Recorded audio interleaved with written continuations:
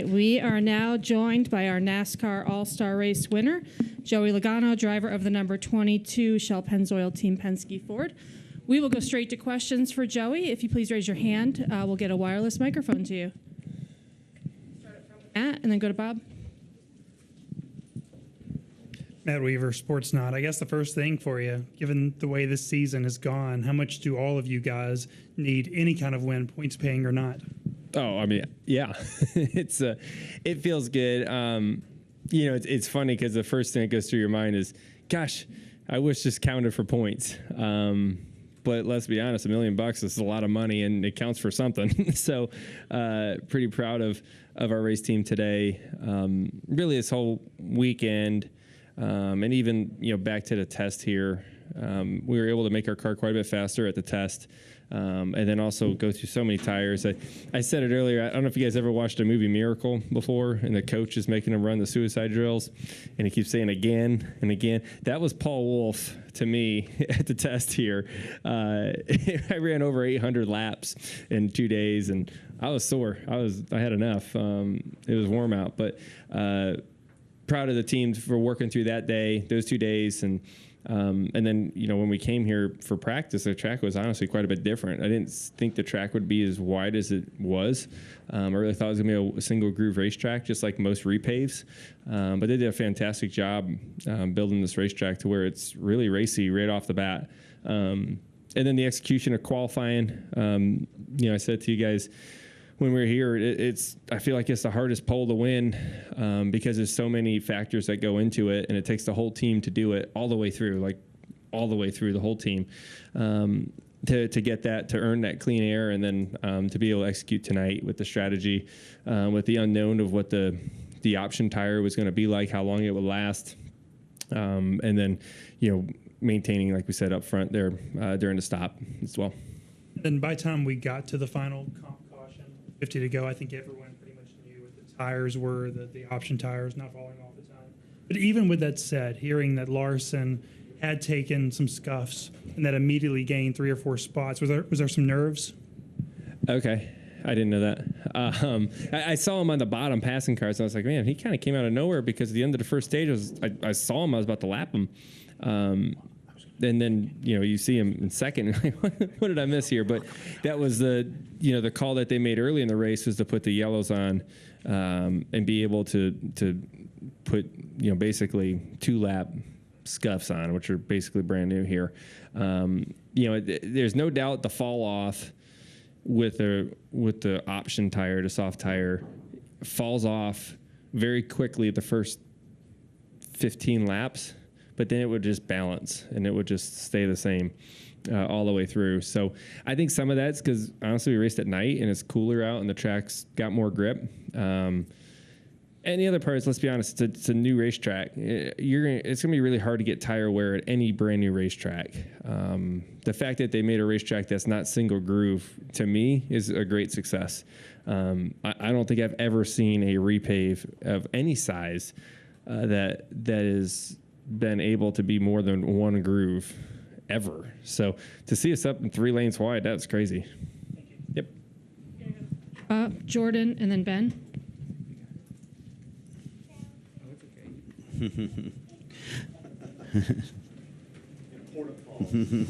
He lost his chocolate.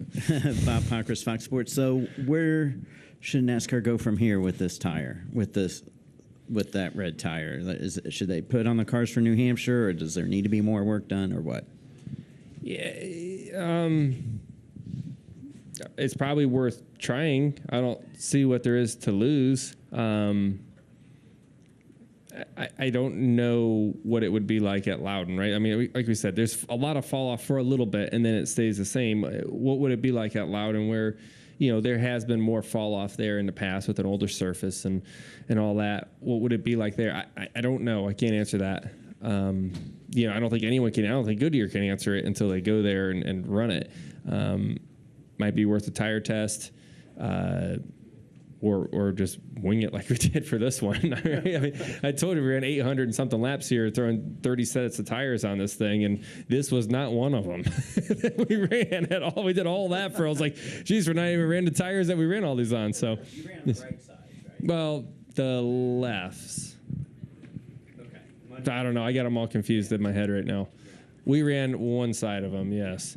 I think the 54 tried this compound all the way around, and the rate it fell off for the first 10 laps, I think he came in right after that. He said, "This is no good," and that's the ones we actually ran. So it kind of worked out. There you go. Jordan and then Ben. Jordan Bianchi, The Athletic. Can you kind of go into what you guys were working on in depth at that test and what was the carryover? And then also, it seems like it's carried over elsewhere as well, to other tracks, not just short tracks. Yeah, I mean, so when you do these tire tests, like they let you work on your car for about, I don't know, a couple hours before they start slinging tires at it. So, that's kind of like that's your payment for showing up for 2 days with your race car. You get 2 hours of practice of just being able to try things with your car. And then it's one set of tires after another for the rest of the 2 days. That just shows you how valuable practice is these days, because you just don't ever get any of it. And especially testing with data on the car and you're able to actually see stuff. You just don't get that anymore. Right? That's the one you get. That's my one for the year. Right? You got to make the most of it. So, we worked on some things and tried to prove some theories out. I mean, it's really the biggest thing is just, try to things that feel like you're a little lost on to get direction on stuff, and then tune from there. You 2 years ago, it was a Homestead test. You guys used a Goodyear tire test there. That kind of flipped everything and kind of propelled you to the championship. And I thought there was a test last year too that helped you guys. Maybe I'm wrong there, but what is it with the test? Is it just because you have an opportunity to kind of experiment that you're able to do that? You just have an opportunity to try things. Kind of like I said, like when we show up to practice, you guys know what it is now. I mean, you're married to the springs you got, you're married to the bars you got some sway bar arms, you got ride heights and wedge and air pressure, and you got 15 minutes. That's good luck developing off of that. And then you're going to come back and change some things 4 or 5 months later, come back with a track that's completely different and wonder if the changes you made were actually better or not from the last time you were there. Who knows? So you never get a clean back-to-back read, the A-B read. And when you come to test, you can do you can A-B-A if you want. You can go back and you can, like I said, go back on the actual data and see what it's doing, a lot deeper than just throttle and steering and brake that we get on SMT. So it's just an opportunity to learn is what it is. And it's hard to get it these days. It's the same for everyone's would say the same thing sitting up here. Why are you so good at this stuff? Why are you able to hit on the test that other teams aren't necessarily? I don't know if that's necessarily true. But I will say, Paul's a workhorse. He'll put you through this thing, and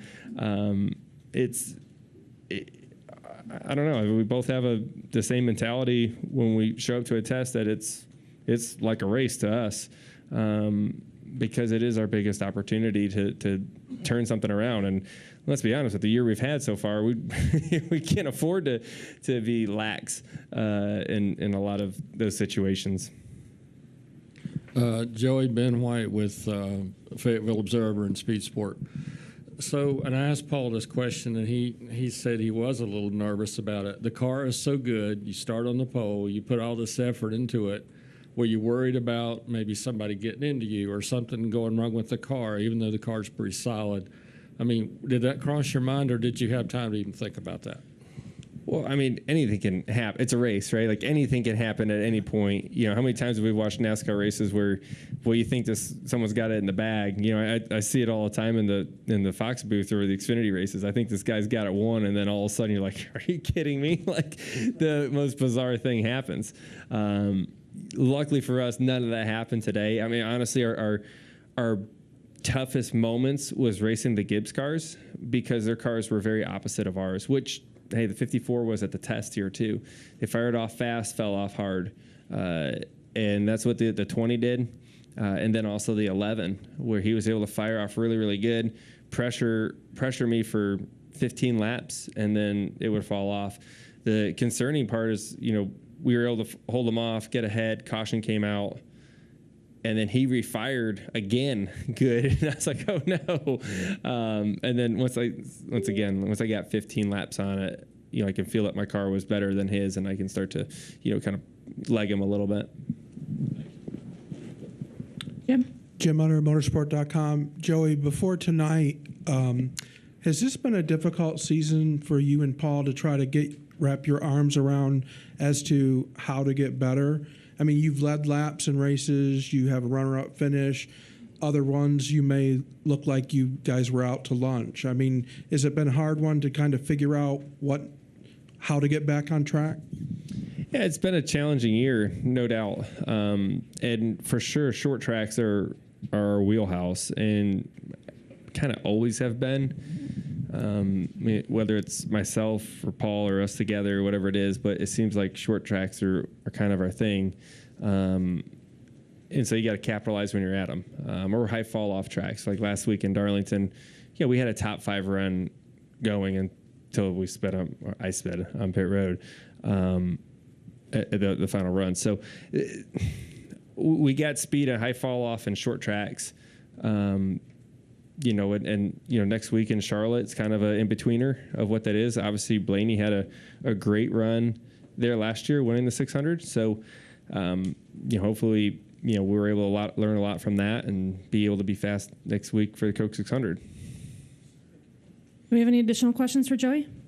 We go to Reed and then go back to Mark.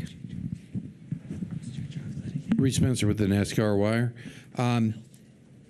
Joey, you seems like when you go to a new situation, whether it's the Clash at the Coliseum, the Gateway, the new race at Gateway, a new situation here at Wilkesboro with the two tire choices, things like that, you guys seem to be able to adapt to that extremely well. What gives you that quality?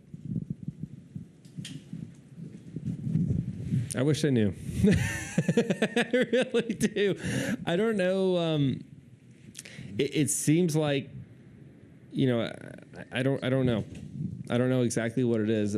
It's obviously that our whole team does a really good job at anticipating what a race will be like, or what we're going to need in the car without any history. We do a great job anticipating, whether that's from just years of racing or I don't know what else it could be. I feel like a strength in myself, just speaking for myself as a driver, I feel like I adapt really quickly. And once everyone has time, I usually lose a bit of that advantage. I don't know why that is. I can't add up and make any sense of it, but it just seems like that's kind of how it's been. And Mark? Mark Garrow, PRN. Joey, the difference between winning this race first time, second time, and how much does $1 million mean to your race team? Quite a bit. Quite a bit. A million reasons to maybe smiling today. That's for sure. It's huge. Compared to the first time, well, I guess you can say $1 million isn't worth as much as it used to be.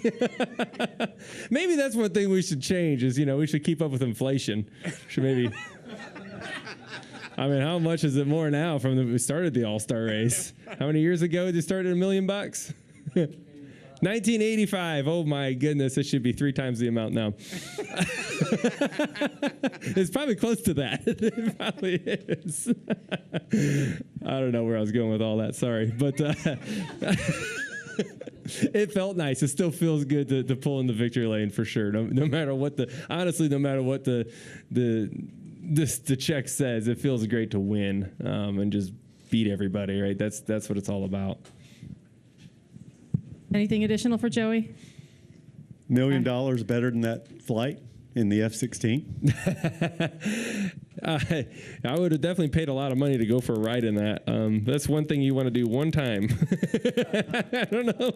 I might pay $1 million not to do it again after going for that ride. It was pretty awesome, though. Not like that.